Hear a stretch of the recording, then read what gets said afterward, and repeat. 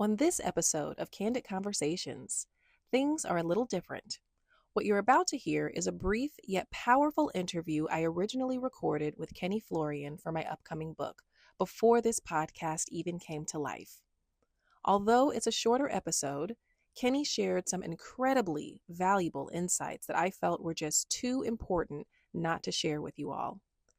His perspective as a lifelong athlete, professional MMA fighter, jiu-jitsu expert, and coach adds so much to the conversation around brain health, and I'm honored to feature his voice here. So, without further ado, here's my interview with the amazing Kenny Florian. I was invited to do a talk in South Carolina for their state convention of speech therapists. And I did this talk on traumatic brain injury and concussion in athletes and the role of SLPs. And it was for other SLPs to hear. And afterwards, the response was just very shocking because the professionals in my career path, they had no idea of the things that I was talking about. And so afterwards, the SLPs were coming up to me and they were like, I think my husband may show signs. I think my son and daughter experience some of this stuff. And they were just asking all of these questions like, where do we go? What can we do? What are protocols? And what would you recommend? And so I was caught off guard because I didn't think that my colleagues were as out of the know as they were.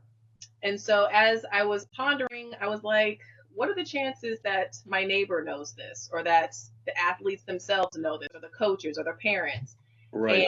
And I have found that a lot of people just don't know the risk. They don't know about the signs, and they don't know that speech therapists are here and able to provide exercises and help them to rehab and provide strategies and whatnot. And so from there, I ended up launching a nonprofit called Brain Talk Foundation. And the goal is to raise awareness about concussion, traumatic brain injury, and then CTE in athletes, and then the role of SLPs and how there is help for that. And so from that, I have been working on this book, and that is where we are today. So I've been speaking to professional athletes and just getting their take. Also giving that full disclosure, I am a former athlete and a lifelong sports fan, so I'm not trying to condemn or banish or stop people from doing the sports that they love. I just want them to know about brain health and how they can protect their brains. And if they are experiencing things like memory issues or stuff with word finding or emotional irregularity, that there's a reason for it, there's help for it, and to be able to preserve, exercise, rehab their brain so that they can last longer in the sport, and so they can, still remain themselves with their loved ones when they're not playing their sport. And also raising awareness that it's not just football. People hear, these injuries and they're like, it's football, but it's like there are other athletes that should be aware and able to take advantage of this knowledge of brain health and being able to find a medical SLP who can put them on a plan, help them track, ask them questions to, see where they are cognitively, how they can strengthen those areas that can use strengthening and prevent long-term effects. Understood. And I say it's not just a concussion. A lot of people hear you got dinged or you got a concussion, just relax and you'll come on back. It'll be fine. Return to play, return to school, return to work. But 3 concussions equals 1 traumatic brain injury. Wow. And this can significantly change the way that the brain works and functions. I liken it to this egg analogy that I'll give during my talks. And that is the brain is very much like the yolk of an egg, where the yolk is not fixed to the egg shell. The brain is not fixed to the skull. But when you are shaking an egg, you're still shaking the yolk that's inside of it, except for when you do that to the brain, there are all kinds of axons and dendrites, neurons that are important, and those end up getting broken or, injured in some kind of way. And a lot of people will talk about protective headgear and how a lot of industries are working to improve headgear. But if you take the egg and you wrap it in bubble wrap 100 times, and then I toss it to you and you either catch it or drop it, then the yolk inside is still getting rattled. And so those things should be taken into consideration. I think it's fantastic that the helmet companies and headgear companies are taking this seriously and wanting to improve, but how much can really be done if the inside, the brain, is still being shaken? So those precautions should still be considered. Gotcha. Right. So the first question is really just what is your experience with concussion education? Like when you were getting into, because I know you played soccer, you have a long history of athleticism. So Yeah. in those different spaces, what education was provided on concussion, if any?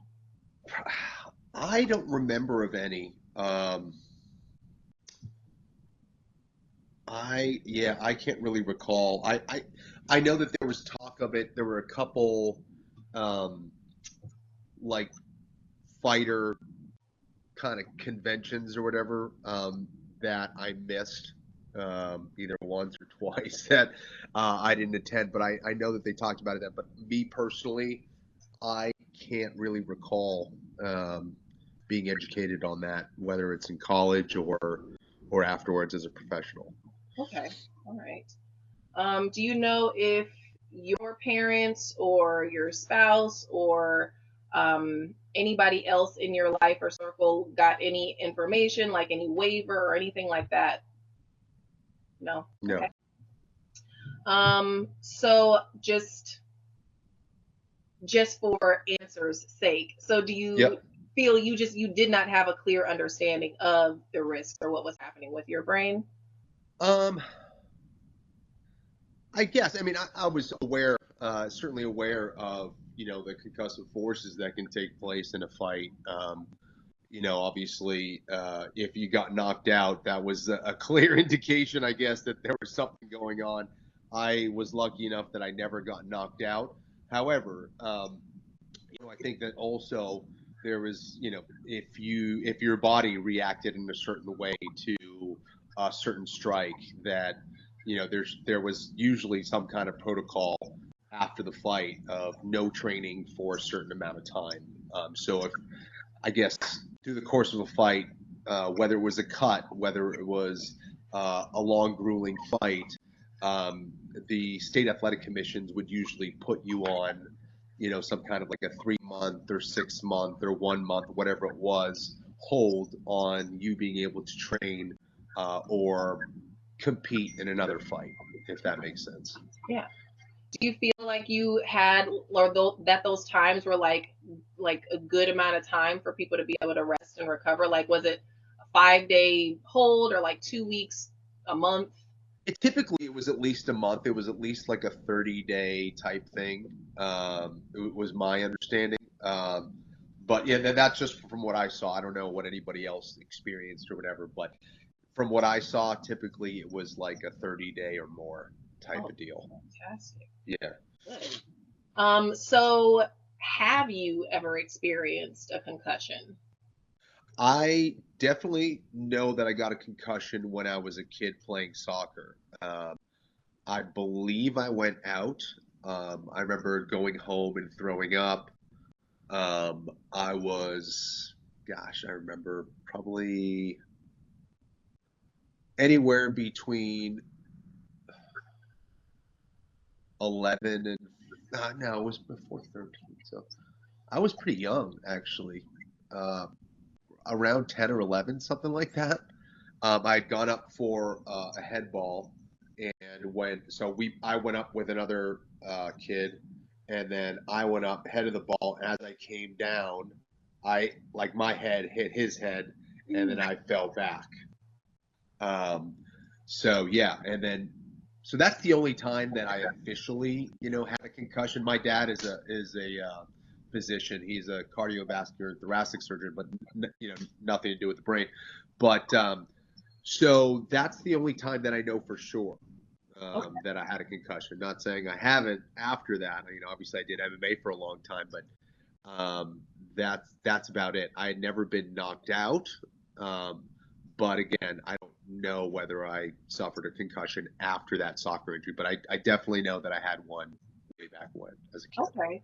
When you were taken out, did you go to the doctor or did your dad look you over, give you any? Yeah, my dad looked me over. I think, he called one of his friends or whatever, and I just kind of rested for a while. Okay. All Yeah. right. Well, I mean, you've got a doctor in the family. That's fantastic. Yeah. I did see that your dad was a thoracic surgeon, and was Yeah. going to wonder if he had any advice or anything, knowing, the the athlete that you are and being in soccer and then switching to MMA. Yeah, he wasn't a fan. He wasn't a fan. Yeah, he really didn't want me to do that. My mom as well, but he would tell me, of the concerns of, obviously being hit repeatedly and all that stuff. And yeah, so Okay. All right. Dad's looking out, mom's looking out. yeah. So after that first concussion, or even after maybe a fight, have you experienced like symptoms, like aside from the vomiting when you were younger, was there anything Right. else? So yeah, that's what I'm trying to think. On I remember being depressed after a loss. I remember being down for after a loss. Whether that was associated with being hit in the head or not, I don't know. I took losses very personally, so I was down from that. But I don't remember um, any of the other, sort of symptoms. I'm trying to think. No, like I never had an issue with memory or things like that. Irritability, really, no. Emotional stuff after, no. Even to this day, no. Crying for no reason, no. Pressure in the brain or pressure in the head after a fight, no. Yeah, I mean, I'm doing my best to try to remember what some of the symptoms were, but nothing that I can really recall, Kelly. Like, I'm trying to think. Not really. Well, that's fantastic. I know Yeah.